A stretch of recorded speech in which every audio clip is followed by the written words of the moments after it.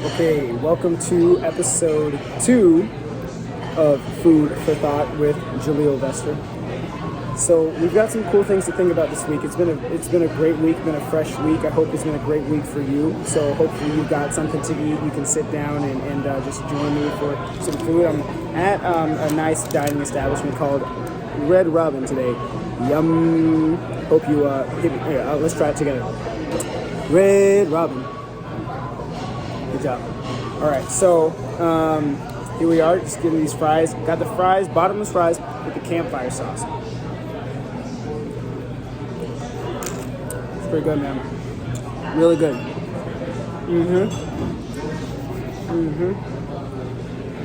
I enjoy that. A little salty fix is nice.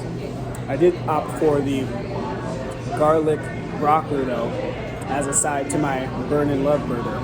So excited about that. So some things I've been thinking about. I was in church today, and I learned something from a mentor. That has really shifted. It's been one of those things that you learn that shifts how you navigate life. And it's usually the small things. But when you apply those small things, it just shifts how you navigate life. One of the things I learned from him was to observe my own thoughts, be curious and very observant of my own thoughts. And what I mean by that is when you're in a setting where you have a presenter speaking to you, it could be a teacher to student setting in the school, whether it's like an elementary, middle, high school, college, master's, doctoral, that kind of setting, or maybe you're at some kind of growth seminar. Anytime you're in a setting where someone is conversing and they're speaking to you, to be curious and observant of your own thoughts. So as I've become more curious and observant of my own thoughts, I find that I get these different revelations for things, especially when I'm learning about a new topic and then I get an idea that applies to my life, or an idea of like, ooh, maybe I could try this or do that. I make sure to write things down and keep something on me where I can write things down, because those epiphanies, like, they're golden. They're golden. And so when you are navigating different spaces and you're under the sound of the voice of a presenter, even like listening to this video, we're having a nice conversation, nice dialogue right now. Be curious about what comes to your mind. Those are usually answers to conscious or even subconscious questions that you've been asking yourself. And I believe God allows you to be in direction or cross paths with people, or maybe cross paths with this video or different presenters as you're navigating life and learning things and engaging with people. And so when you're curious to capture the golden epiphanies, the golden nuggets that often get stimulated from your brain or through your brain, write those things down and then apply those ideas, and you'll change your life. So it's been a life changer for me. One of the things that I was thinking about, one of the things that crossed my mind during my pastor's sermon was consistency. And I don't know why my brain kind of wafted to this, because that wasn't really the main topic of the sermon, but I said consistency. Why is it so hard? Why can it be so hard in our own human nature? We desire it. It's because it gives us stability. So we desire stability. However, to be consistent, to continue to show up, to be disciplined, we have to war against our flesh, against our nature to do those things. It's really an intention. It requires intention daily. My goodness. I enjoy this campfire sauce. Alright, no sauce on this one, let's see it. Yeah. Haven't had fries in a minute, so I actually kind of like that. Consistency is an interesting thing. And then I started thinking, what if it was easier to be consistent than it was to be inconsistent? What if it was easier to be consistent than it was to be inconsistent? And it kind of created a different frame of thought for me, which created different answers in my mind. And when you think about it, the people that are consistent, people that show up consistently, they end up creating stability in their lives. If they continue to show up, say, playing basketball or wrestling. You know, I coach wrestling. I tell these kids all the time, how do you get better at wrestling? Wrestle more. How do you get better at your math class? Do more math problems. You know, the thing you do most will be the thing you do best. So to show up consistently. Another thought that I had was about the things that we want to create in our lives. The things we want to create. It's easy to take a consumer mindset to things because that's really like we're marketed very well to be consumers. We consume content, we consume food. The reality is, you know, you're closer to the Father's character when you're a producer. We're created in the image of the Creator, so we're most like Him when we're creating. And we all have gifts. And so the goal in this life, as I'm discovering it, is to observe the things that you've come through, the things that you've learned, oftentimes the things that you endure, the hardest things that you go through and grow through. They become an indicator to the purpose for which you were put on this earth. You become a guide. You actually become a guide to the people that are behind you that have maybe that are suffering in the same way that you suffer. And so you just know that, you know, whatever you're going through, whatever you've been through, you're a living testimony. And so no one can be, you know, your life is now producing fruit because you've made it through that trial, whatever that trial may be. And now you can give the gift of helping someone else know that they're not alone. And then you can help them understand a few things that helped you get through that thing.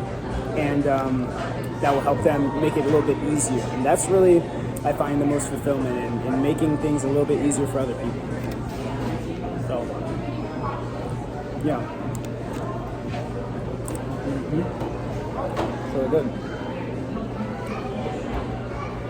The next thing, so here's what I was going to talk about originally, is when we want to create things in our life. What if we focused on creating systems for the things that we want in our life instead of just trying to work harder? What if we worked hard at a better strategy? Sometimes you're just not executing on the right strategy. You know, it's like, what vehicle do you want to create your wealth in? For example, if I'm a manager at McDonald's, or I'm a manager in a real estate office, and I work the same 40 hours a week, where am I more likely to make $1 million faster? It's likely going to be the real estate office. Well, why is that? Well, they're just dealing with more zeros than I would be dealing with if I was the manager at a McDonald's. And so instead of just working harder, you know, because there's that whole hustle culture, grind culture, let's focus on working smarter, work harder at creating a better strategy and then executing that strategy with consistency. If we do that, we're more likely to get better results in our lives, and we'll attract the things that we want to see in our lives. And then not only will we attract those things, but we'll sustain those things. And that's really the bottom line, to sustain, to get it and keep it. All right, I've heard it said that, let me see how I've heard it said. Essentially something along the idea of, you know, hustle and hard work will help you get it. Consistency and discipline and character will help you keep it. So putting all those things together. You need to hustle, you gotta have hard work, and then it's the discipline, the consistency, and the character that will help you keep it that you're pursuing. So what system can you create to, perfect, no, you're good, thank you. Okay, thank you. This is awesome. So I've got a Burn and Love burger. Oh shoot, here we go. Burn and Love burger. Oh yeah. And garlic broccoli. So here we go.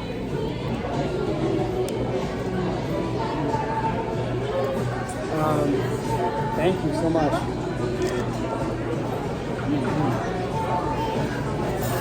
It's good. So real talk, I feel like this is helping me increase in the area of boldness to just do things. Like I get these ideas to do things, and I'm working on executing on those ideas too. And it's helping me grow in confidence, and it's like I'm just kind of doing these micro things to get better. So I'm glad you're rocking with me on this video, because I'm finding it just takes boldness. You gotta just do the thing. And you know what? I'm recording and having sharing some good thoughts. I hope you're enjoying these thoughts and enjoying some good food and capturing the experience. And I'm not dead. I've discovered that. I was kind of nervous to do it, but I'm not dead. No one is killing me, and I feel like it's probably kind of novel to people as I'm talking into a camera and eating. Like, wonder what that guy's doing here. What's that guy talking about? So anyways, hopefully that can encourage you to just get after it and do something.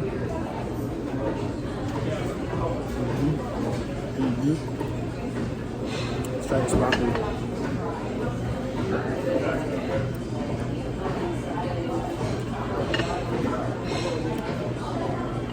I dig it. The garlic on the broccoli is nice.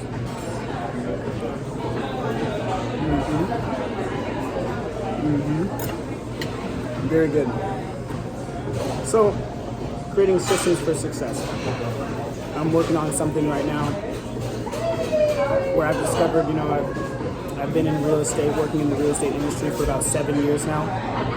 I started my first 4.5 as a mortgage loan officer. And about 3 years ago, I became a real estate broker. And I've been able to close deals from across the country. Not across the country. I've referred deals across the country. I've closed deals across Washington State, because that's where I'm currently licensed. I was licensed as a mortgage loan officer in Washington State. I'm currently licensed as a real estate broker in Washington State. Those deals, I'm physically in the Bothell area near Seattle, Washington. However, I've closed deals, actually quite especially if I count my wholesaling, Cedro, Woolley, Aberdeen, Yelm, Snohomish, Stanwood. So across the state, actually, Whidbey Island. So it's been a privilege. It's been an absolute privilege to be able to transact, to help people. And I've discovered that I want to build a system around what I'm doing. I want to build a system because I don't want to be the direct service guy for everything. My vision is scaled pretty high, and it involves the people that I can essentially kind of hire and contract with. So I would love to. My vision is to be a lead generating source where I can provide an experience that people can trust, where they can feel like the only person that exists on earth. Like that's the feeling I want them to experience when they work with me and my team. And I'm excited about that as I build that up, and I want to also do more speaking and encouraging. Oh, you're all good on fries. Weird. Would you like one? Sure, yeah, why not? Why not? Come on, thank you. That's a good response. Thank you. Of course. Hey, why deny more fries, right? Okay, I should get into this burger too. Here we go. See this fat jalapeno? It's crazy. I think I'm gonna cut this in half actually. It'll be a little bit easier to manage. Okay. Here we go. We got that in half. Here we go. Y'all ready for this? Y'all ready for this? No. Oh my god. Okay, here we go. I just ate half of that.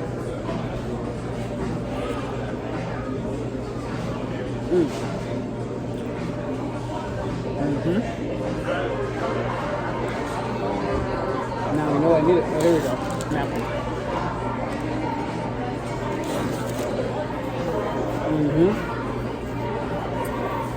like that.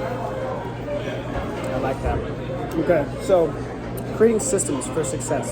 So what I need to do is, and what I'm planning on doing is creating 3 60-second videos that I can do some paid advertising on the Facebook platform, using that to attract my leads, checking on that every day, and as it attracts people, I'll schedule time to converse with them about the home buying and selling process, and then we'll